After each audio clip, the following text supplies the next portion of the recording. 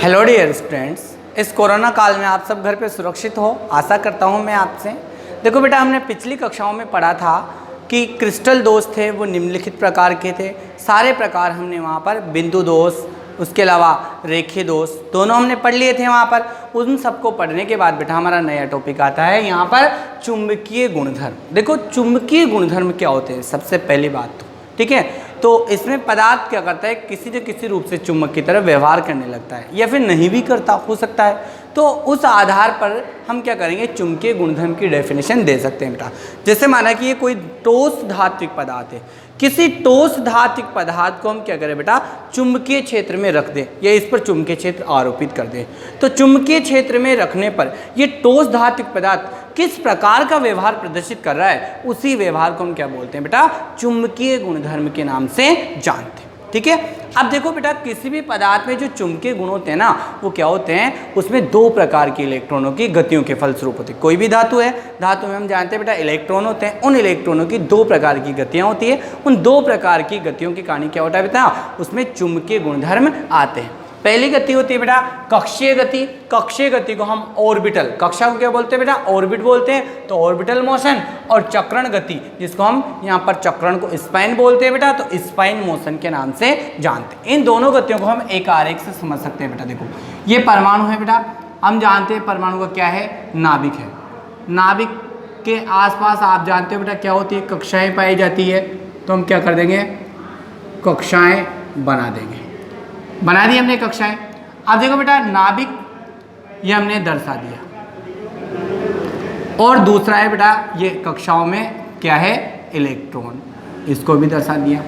हम जानते हैं बेटा कि कोई भी जो यहाँ पर परमाणु होता है, उसके इलेक्ट्रॉन दो प्रकार से गति प्रदर्शित करते हैं। एक तो इलेक्ट्रॉन क्या करता है बेटा, नाभिक के चारों ओर अगर गति करता है तो हम कहेंगे यहाँ पर बेटा केंद्रीय धनावेशित नाभिक के चारों ओर, जो केंद्रीय धनावेशित नाभिक है, केंद्र में है, धनावेशित है हम जानते हैं। तो इस केंद्रीय धनावेशित नाभिक के चारों ओर जो इलेक्ट्रॉन की गति होती है बेटा, उसे हम क्या कहते हैं, यहाँ कक्षीय गति के नाम से जानते हैं। क्लियर।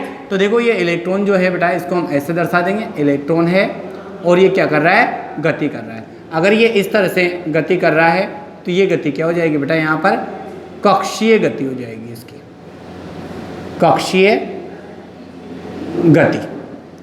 और यदि बेटा ये इलेक्ट्रॉन क्या करे, स्वयं अपने ही अक्ष पर घूर्णन करे, तो देखो कैसे, ये ऐसे, तो ये जो गति होती है बेटा, ये क्या हो जाती है, इसकी चक्रण गति के नाम से जानी जाती है। चक्रण गति। चित्र का नाम क्या हो जाएगा बेटा, चित्र इलेक्ट्रॉन की गतियां। गतियां दोनों ही हैं बेटा, यहाँ पर समझने के लिए बनाए। अब देखो आपको सब कुछ समझ में आना चाहिए।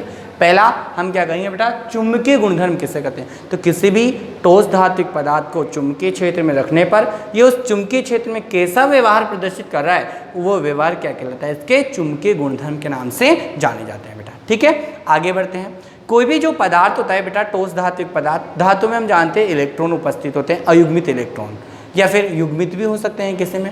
तो उन इलेक्ट्रॉनों की दो प्रकार की गतियां होती है बेटा, जिनके कारण क्या होता है, वो चुंबकीय व्यवहार प्रदर्शित करता है। पहली गति होती है बेटा कक्षीय गति, इसको ऑर्बिटल मोशन बोलते हैं, और दूसरी गति होती है बेटा हमारी चक्रण गति, जिसको स्पाइन मोशन बोलते हैं। दोनों को समझेंगे बेटा। कक्षीय गति किसे कहेंगे हम, धनावेशित नाभिक है और ये केंद्र में है बेटा। देखो तो इस केंद्रीय धनावेशित नाभिक के चारों ओर जो इलेक्ट्रॉन गति करता है कक्षाओं में बेटा, उस गति को हम क्या बोलते हैं, कक्षीय गति बोलते हैं। और यदि इलेक्ट्रॉन स्वयं अपने अक्ष पर घूर्णन करता है तो इस गति को क्या बोलते हैं बेटा, चक्रण गति बोलते हैं। और इन दोनों गतियों के फलस्वरूप क्या होता है बेटा, पदार्थ में कुछ चुंबकीय आघूर्ण उत्पन्न हो जाता है। उस चुंबकीय आघूर्ण के कारण क्या करता है, पदार्थ चुंबकीय गुण प्रदर्शित करने लगता है। देखो देखो यहाँ पर हम बात करते हैं पदार्थ का चुंबकीय आघूर्ण बेटा, हम निम्नलिखित सूत्र से ज्ञात कर सकते हैं। चुंबकीय आघूर्ण का फॉर्मूला होता है, चुंबकीय आघूर्ण को बेटा हम म्यू से रिप्रेजेंट करते हैं, और mu is equal to the mu L plus mu S. ये क्या होता है बेटा, चुंबकीय आघूर्ण का फॉर्मूला होता है इन दोनों गतियों के फलस्वरूप। अब देखो बेटा इसमें है क्या, कौन सी चीज़ क्या है, यही तो चीज़ समझनी है। तो देखो म्यू तो है बेटा यहाँ पर चुंबकीय आघूर्ण। अब देखो बेटा इसके बाद म्यू एल और म्यू एस, एस क्या है, चक्रण स्पाइन, तो ये क्या हो जाएगा, कक्षीय। तो यहाँ पर ये कक्षीय चुंबकीय आघूर्ण प्लस क्या हो जाएगा बेटा, चक्रण चुंबकीय आघूर्ण। हो गए दोनों के संयुक्त गतियों से क्या होता है, जो टोटल यहाँ पर योग करने के बाद जो चुंबकीय आघूर्ण होता है वही क्या कहलाता है, उसका कुल चुंबकीय आघूर्ण के नाम से जाना जाता है बेटा। अब देखो इन गतियों को चुंबकीय आघूर्ण जो होता है उसका मात्रक देखो बेटा पूछ लिया जाता है एग्जाम में। तो अगला पॉइंट आता है हमारा म्यू। क्या होता है बेटा, चुंबकीय आघूर्ण बोलते हैं इसको। तो चुंबकीय आघूर्ण किससे रिप्रेजेंट करते हैं बेटा, म्यू से, का मात्रक। बेटा चुंबकीय आघूर्ण का मात्रक आपको पूछ लिया जाता है, याद रखना है आपको, बोर मैग्नेटोन होता है, बीएम। हिंदी में लिख देता हूं बेटा, बोर मैग्नेटोन। तो वो आपसे पूछे चुंबकीय आघूर्ण का मात्रक क्या होता है, तो हम कह देंगे बोर मैग्नेटोन होता है। और बेटा अगला पॉइंट एक सूत्र आता है, ये हमारे आगे भी काम आएंगे, देखो अन्य चैप्टर में आपके बेटा फिजिक्स में भी काम आएंगे, सब में काम आएंगे। एक बोर मैग्नेटोन की जो वैल्यू होती है बेटा वो होती है EH/। ध्यान देना, हम क्या निकाल रहे हैं, एक बोर मैग्नेटोन की वैल्यू निकाल रहे हैं बेटा 4πme। me क्या है बेटा, इलेक्ट्रॉन का द्रव्यमान है। तो एक बोर मैग्नेटोन की जो वैल्यू होती है बेटा वो कितनी होती है, EH/4πme।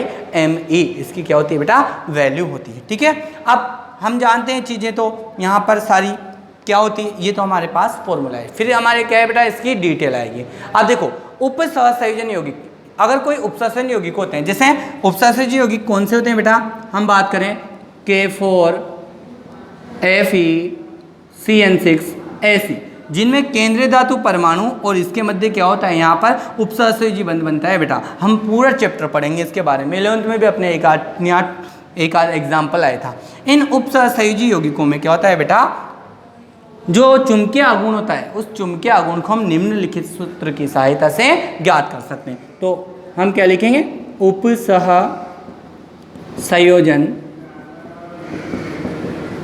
यौगिकों में क्या करना है बेटा, हमें म्यू निकालना है। तो म्यू की वैल्यू क्या हो जाती है बेटा, √N(n+2) बोर मैग्नेटोन। तो अगर आपसे पूछे बेटा कि उपसहसंयोजी यौगिकों में आप चुंबकीय आघूर्ण म्यू का मान कैसे ज्ञात करोगे, तो फॉर्मूला है आपके पास √N(n+2). यहाँ बेटा क्या है, यहाँ n जो दिख रहा है ना आपको, ये है अयुग्मित इलेक्ट्रॉनों की संख्या, अयुग्मित इलेक्ट्रॉनों की संख्या है बेटा। हो गया, अयुग्मित मतलब अकेला जो इलेक्ट्रॉन होता है वो दो जाए जोड़े के रूप में, तो क्या हो जाता है बेटा, युग्मित। तो यहाँ n क्या है, युग्मित इलेक्ट्रॉन। तो यदि आपसे वो क्या पूछे बेटा, यहाँ पर चुंबकीय आघूर्ण, तो आप किस फॉर्मूले से निकालोगे, यहाँ पर इस फॉर्मूले से। और आपसे अगर वो उपसहसंयोजी यौगिक दे दिया तो इस फॉर्मूले से आप निकाल सकते हो बेटा। दोनों फॉर्मूले हमारे पास कंप्लीट है। अब देखो बेटा, पदार्थ जो होते हैं ना उनको उनके चुंबकीय गुणधर्मों के आधार पर 5 भागों में बांटा गया है। वो क्या है, हमारे मेन है बेटा, ये जरूर पेपर में आते हैं सारी चीज़ें। तो देखो बेटा, पदार्थ को 5 भागों में बांटा गया है उनके चुंबकीय गुणों के आधार पर। तो देखो बेटा, पहला होता है अनुचुंबकीय। देखो ध्यान से समझना है बेटा एक एक चीज को। दूसरा होता है प्रतिचुंबकीय।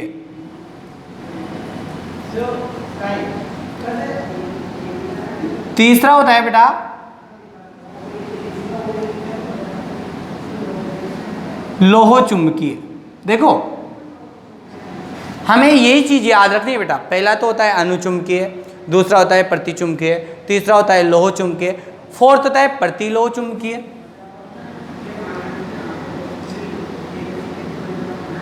प्रति लोह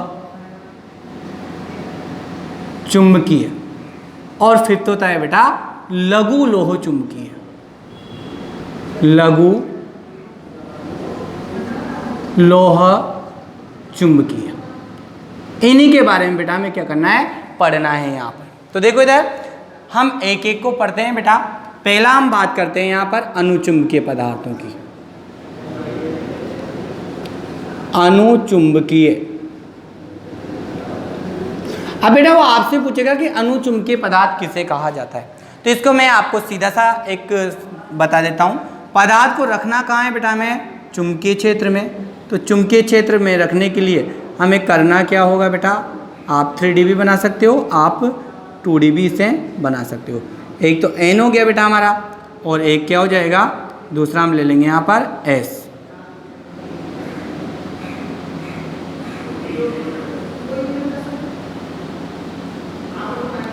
हो गया, चुंबकीय क्षेत्र लगा दिया।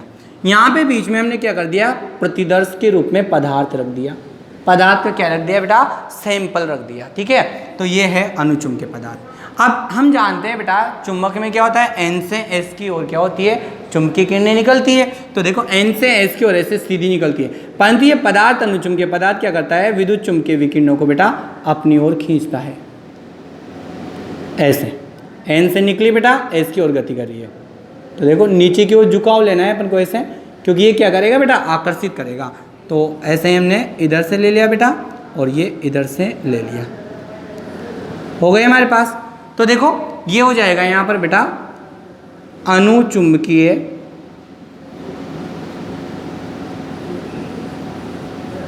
पदार्थ, या फिर आप प्रतिदर्श भी बोल सकते हो इसको, चित्र नीचे लिख दोगे अनुचुंबकीय पदार्थ। तो देखो बेटा हमारा सीधा सीधा आंसर क्या होगा, ध्यान से समझना है आपको।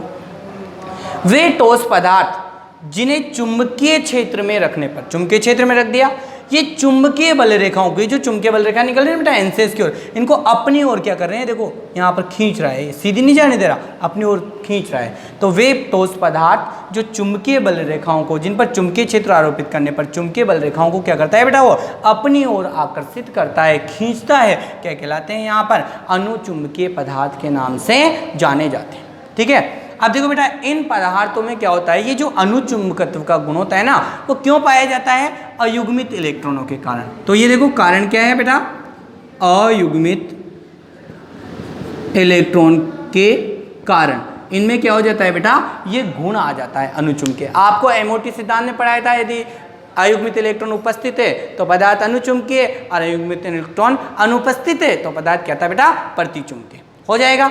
अब देखो ये पदार्थ चुंबकीय क्षेत्र में रखने पर तो क्या हो रहा है, चुंबक की तरह व्यवहार कर रहा है, परंतु अगर हम क्या कर दे बेटा, इस पे से चुंबकीय क्षेत्र हटा लें तो फिर ये चुंबक की तरह व्यवहार नहीं करता है। ये क्या होती है बेटा, इसकी विशेषता होती है। अब देखो इसके हम एग्जाम्पल देखते हैं बेटा। एग्जाम्पल तो देखो बेटा आपके कॉपी में लिखे हुए हैं काफ़ी सारे, जैसे Cu+2 ले सकते हो बेटा आप, इसके अलावा भी Fe+3 ले सकते हो, और भी बहुत सारे एग्जाम्पल आपकी कॉपी में। जब इनका इलेक्ट्रॉनिक विन्यास लिखोगे बेटा आयनों का आप, तो उनमें कहीं ना कहीं अयुग्मित इलेक्ट्रॉन आपको प्रेजेंट मिलेगा, तो ये क्या हो जाएंगे, अनुचुंबकीय। अब एक बार देख लीजिए बेटा आप, ठीक है।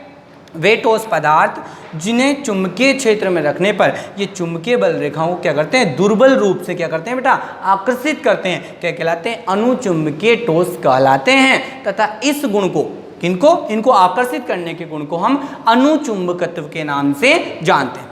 इन यौगिकों में यहाँ पर ये जो गुण पाया जाता है, यहाँ पर चुंबकीय प्रवृत्ति, ये अयुग्मित इलेक्ट्रॉनों के कारण पाई जाती है बेटा। और यदि हम इन्हें चुंबकीय क्षेत्र में रख रहे हैं तो ये चुंबक की तरह व्यवहार कर रहे हैं, परंतु यदि हम इन चुंबकीय क्षेत्र को हटा लें तो ये वापस क्या हो जाते हैं बेटा, अनुचुंबकीय प्रवृत्ति इनकी नष्ट हो जाती है, इनके चुंबकीय गुण प्रदर्शित नहीं करते हैं। इनके कोई भी एग्जाम्पल हम ले लेंगे। क्लियर बेटा।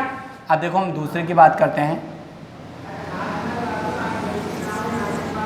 दूसरा आता है बेटा हमारा यहाँ पर प्रतिचुंबकीय पदार्थ, प्रति चुंबकीय पदार्थ, या फिर प्रतिचुंबकीय लिख सकते हैं अपन, प्रतिचुंबकीय ठोस लिख सकते हैं बेटा। जस्ट अपोजिट हो जाएगा बेटा, ये अनुचुंबकीय का अपोजिट, ठीक है। तो इसको क्या करना पड़ेगा अपन को, वही आरेख बनाएंगे बेटा। देखो इसको आप 3D बना सकते हो चाहो तो, या फिर ऐसे भी चल जाता है, अपन को बनाना नहीं तो देता है, प्रदर्शित करना रहता है। तो ये तो N बना लिया बेटा हमने, और ये क्या बना लिया हमने, S बना लिया। यहाँ कर दिया क्या अपन ने, ये पदार्थ रख दिया, कौन सा बेटा, प्रतिचुंबकीय पदार्थ। ये क्या करता है बेटा, जो चुंबकीय बल रेखाएं निकलती ना सीधी N से S की ओर, उसको प्रतिकर्षित करता है। तो ये क्या कर देंगे, ऐसे घुमाएंगे, इनके ऊपर की ओर क्या मारा है, धक्का मारा है, सीधी नहीं जाने दे रहा है ये, ठीक है बेटा। तो इसको ऐसे क्या हो जाएगा, ये प्रतिकर्षण दर्शा दिया। तो ये N से S की ओर गति कर रही है, यहाँ ये क्या हो जाएगा बेटा, प्रति चुंबकीय पदार्थ। और चित्र में क्या लिख सकते हो बेटा, अगर आप नाम लिखना चाहोगे तो प्रति चुंबकीय पदार्थ द्वारा विद्युत चुंबकीय विकिरणों का प्रतिकर्षण क्या कर रहा है बेटा, प्रतिकर्षण कर रहा है, जिससे ये दूर हट रही है। तो हम क्या डेफिनेशन बनाएंगे, जस्ट अपोजिट। तो आकर्षित करता था दुर्बल रूप से, ये क्या होता है, प्रतिकर्षित करता है। कैसे, दुर्बल रूप से। तो हम कहेंगे कि वे, देखो दुर्बल नहीं प्रबल रूप से ही करेगा, वे पदार्थ या वे ठोस पदार्थ जिन्हें चुंबकीय क्षेत्र में रखने पर वो चुंबकीय बल रेखाओं को क्या करते हैं बेटा, प्रतिकर्षित करते हैं। क्या कहलाते हैं, प्रतिचुंबकीय ठोस कहलाते हैं। और इस गुण को हम क्या बोलते हैं, प्रतिचुंबकत्व के नाम से जानते हैं। अब इसका कारण क्या होता है बेटा, प्रतिचुंबकीय कब होता है, जब इलेक्ट्रॉन जोड़े के रूप में होते हैं। ऐसे कौन से, प्रतिचुंबकीय। तो इसका कारण क्या है बेटा, युग्मित इलेक्ट्रॉनों का पाया जाना। तो हम कहेंगे कि प्रतिचुंबकीय पदार्थ में जो प्रतिचुंबकत्व का गुण होता है, ये क्या होता है, इसमें उपस्थित यहाँ पर युग्मित इलेक्ट्रॉनों के कारण होता है। यानी कि हम कह सकते हैं बेटा अयुग्मित इलेक्ट्रॉन एब्सेंट होते हैं। ठीक है बेटा। अब देखो इसके बाद हम बात करते हैं, इन पदार्थों में कोई अयुग्मित इलेक्ट्रॉन नहीं होते हैं, अतः चुंबकीय गुण भी नहीं दर्शाते। और ये किसी भी तरह से यदि हमें कोई भी क्षेत्र आरोपित कर दिया जाए तब भी ये इसी तरह से व्यवहार करते हैं। ठीक है बेटा। अब देखो यहाँ पर इसके एग्जाम्पल के रूप में हम ले सकते हैं यहाँ पर जिंक +2 के यौगिक। जिंक +2 के यौगिक में क्या आ गया बेटा, देखो जिंक +2 के साथ कोई भी -2 वाला कोई भी कंपाउंड आप जोड़ दीजिए। यहाँ जिंक ही क्या करेगा, +2 जब रहेगा फॉर्म में तो इसमें अयुग्मित इलेक्ट्रॉन एब्सेंट रहेगा। तो सीधी सीधी बात है, कोई सा भी यौगिक लीजिए आप बेटा, ये क्या हो जाएगा, प्रतिचुंबकीय हो जाएगा। इसके अलावा आप बेटा TiO2 टाइटेनियम ऑक्साइड ले सकते हो। यहाँ पर बहुत सारे एग्जाम्पल्स आपको मैंने लिखाए हुए हैं। NaCl ले सकते हो बेटा आप, C6H6 ले सकते हो। तो हम लिख देंगे NaCl C6H6 ETC क्या हो जाएंगे बेटा, इसके एग्जाम्पल हो जाएंगे। ठीक है। अब देखो थर्ड आता है बेटा हमारा लोह चुंबकीय पदार्थ या लोह चुंबकीय ठोस बोल सकते हो आप। हर एक पदार्थ में यहाँ पर ठोस लिख सकते हो आप, या फिर लोह चुंबकीय भी लिख सकते हो। देखो बेटा लोह चुंबकीय, लोहे के समान, जैसे लोहा चुंबक से फट से चिपक जाता है ना, वैसे इसमें चुंबकत्व का गुण क्या होता है बेटा, बहुत अधिक पाया जाता है। तो हम कहेंगे वे ठोस पदार्थ जिन्हें चुंबकीय क्षेत्र में रखने पर या जिन पर चुंबकीय क्षेत्र आरोपित करने पर वो प्रबल रूप से क्या करते हैं, चुंबकीय गुण प्रदर्शित करते हैं, क्या कहलाते हैं बेटा, लोह चुंबकीय पदार्थों के नाम से जाने जाते हैं। अब देखो इनमें लोह चुंबकीय में फेरिक आयरन लोहा तो होता ही है, कोबाल्ट निकल, इसके क्या होते हैं बेटा, एग्जाम्पल होते हैं। ठीक है। इसके अलावा इसके एग्जाम्पल और भी हो सकते हैं। गैडोलिनियम रहा बेटा, देखो GD, ये भी क्या होता है बेटा, इसका एग्जाम्पल होता है। ध्यान देना, वे ठोस पदार्थ जिन्हें चुंबकीय क्षेत्र में रखने पर वो क्या होते हैं, चुंबकीय क्षेत्र में प्रबल रूप से आकर्षित होते हैं और प्रबल चुंबकत्व प्रदर्शित करते हैं, लोह चुंबकीय ठोस कहलाते हैं। तथा इस गुण को क्या बोलते हैं हम बेटा, लोह चुंबकत्व के नाम से जानते हैं। अब देखो ठोस अवस्था में तो क्या होता है बेटा, इसकी संरचना काम की अपने, देखो यहाँ ध्यान से समझना। ठोस अवस्था में क्या होता है बेटा, लोह चुंबकीय जो पदार्थ होते हैं ना, उनमें यहाँ पर इलेक्ट्रॉनों का क्रम क्या होता है, अव्यवस्थित रहता है। ऐसे देखो ये, इनको हम बेटा उल्टे सुल्टे कैसे भी बना सकते हैं। ये क्या है, एक तरह से इनको डोमेन बोला जाता है, किसी भी दिशा में यहाँ पर हो सकते हैं। ठीक है। हमने क्या बनाया बेटा, डोमेन बना दिए। अब इन पर हम क्या करते हैं बेटा, चुंबकीय क्षेत्र आरोपित करते हैं। चुंबकीय क्षेत्र आरोपित करने पर जो ये इलेक्ट्रॉन है चुंबकीय क्षेत्र के प्रभाव में बेटा क्या होते हैं, एक ही दिशा में संरेखित हो जाते हैं। ये डोमेन है ना, वो क्या हो जाएंगे बेटा, ऐसे एक ही दिशा में संरेखित हो जाएंगे। जितने भी होंगे उतने, अपन तो कुछ बना देते हैं बेटा, ये हो गए। तो एक ही दिशा में क्या हो जाएगा बेटा, इनका यहाँ पर संरेखण हो जाएगा। इस घटना को हम क्या करते हैं बेटा, विनिमय युग्मन के नाम से जानते हैं। तो ध्यान देना, वे ठोस पदार्थ जिन्हें चुंबकीय क्षेत्र में रखने पर क्या करते हैं बेटा, वो प्रबल रूप से क्या होते हैं, यहाँ पर आकर्षित होते हैं, क्या कहलाते हैं, चुंबकीय ठोस के नाम से जाने जाते हैं। और यदि इन पदार्थों में हम क्या करते हैं, जब इनको चुंबकीय क्षेत्र में आरोपित करते हैं तो इनमें क्या होता है, जो डोमेन होते हैं वो चुंबकीय क्षेत्र आरोपित करने पर क्या होता है बेटा, एक ही दिशा में व्यवस्थित हो जाते हैं। व्यवस्थित हो जाने के कारण यहाँ पर क्या करते हैं, ये स्थायी चुंबक के रूप में यहाँ पर व्यवहार करने लगते हैं। यदि अब हम चुंबकीय क्षेत्र हटा भी लें, ये एक बार चुंबक बन गया है लोहा, अब यदि हम चुंबकीय क्षेत्र को हटा भी लें तब भी क्या होते हैं, ये डोमेनों का क्रम ऐसा का ऐसा ही रहता है, वापस अनियमित नहीं होता। अतः क्या होते हैं, लोहा भी स्थायी चुंबक के रूप में व्यवहार करने लगता है। ठीक है, इस घटना को यहाँ पर क्या होता है, चुंबकीय प्रभाव की उपस्थिति में या चुंबकीय क्षेत्र की उपस्थिति में डोमेनों का एक ही दिशा में व्यवस्थित हो जाना विनिमय युग्मन के नाम से जाना जाता है। हो गया बेटा। इसके बाद हम अगली बात करते हैं प्रतिलोह चुंबकीय, और यहाँ पर क्या हो जाएगा, लघु लोह चुंबकीय।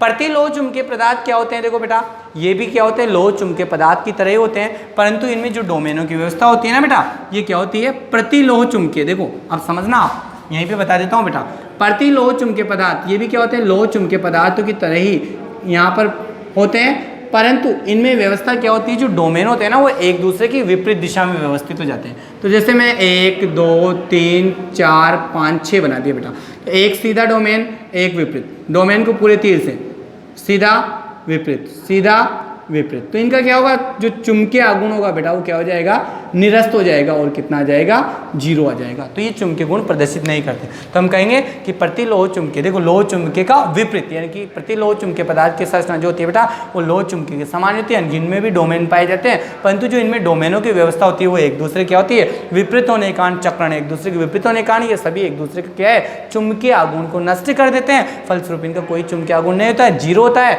और ये चुंबकीय गुणधर्म प्रदर्शित नहीं करते। ठीक है बेटा। अब देखो इसमें क्या करना है हमें, एग्जाम्पल Fe3O4 रहा, MgFe2O4 रहा, एग्जाम्पल्स आपके मैंने नोट्स में प्रोवाइड करवा दिए। इसके बाद लघु लोह चुंबकीय में क्या होता है बेटा, लघु लोह चुंबकीय में भी सेम होता है, अंतर कुछ नहीं आने वाला हमारे यहाँ पर। लघु लोह चुंबकीय में सेम रहेगा, इनकी संरचना भी बेटा लोह चुंबकीय पदार्थों की तरह ही रहेगी। देखो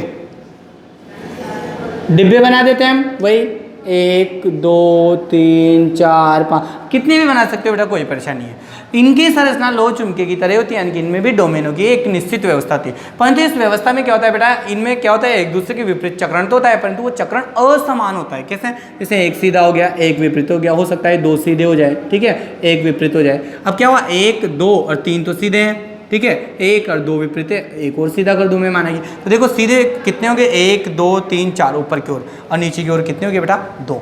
तो क्या हो रहा है, 2 तो ऊपर और 2 नीचे, तो निरस्त हो जाएंगे, बचेंगे कितने, 2 ऊपर के। तो इनका जो चुंबकीय आघूर्ण का मान होगा बेटा वो क्या होगा, 0 नहीं होगा, इसलिए इनमें क्या है, चुंबकीय गुण आ जाएंगे। तो हम कहेंगे इनकी संरचना भी क्या होती है, लोह चुंबकीय पदार्थों की तरह होती है, परंतु इनकी संरचना में क्या होता है, जो डोमेन होते हैं वो एक दूसरे की विपरीत दिशा में होते हुए भी ये क्या होता है, इनका यहाँ पर असमान वितरण होता है, इनकी संख्या कम ज़्यादा होने के कारण क्या होता है, ये एक दूसरे के यहाँ पर चुंबकीय आघूर्ण को पूर्ण रूप से निरस्त नहीं कर पाते, और इनमें कुछ चुंबकीय गुण पाए जाते हैं, इसीलिए इनको लघु लोह चुंबकीय, यानी कि जिनमें लघु हो, लोह चुंबकीय पदार्थ के जो गुणधर्म है ना क्या लघु हो, यानी कि थोड़ी मात्रा में पाए जाते हैं। ठीक है बेटा। इसके बाद देखो हम ठोस पदार्थ के विद्युतीय गुण के बारे में पढ़ेंगे। तो हमने चुंबकीय गुण पढ़ लिए, अब विद्युतीय गुण के बारे में हम नेक्स्ट क्लास में पढ़ेंगे। ठीक है, thank you for watching me.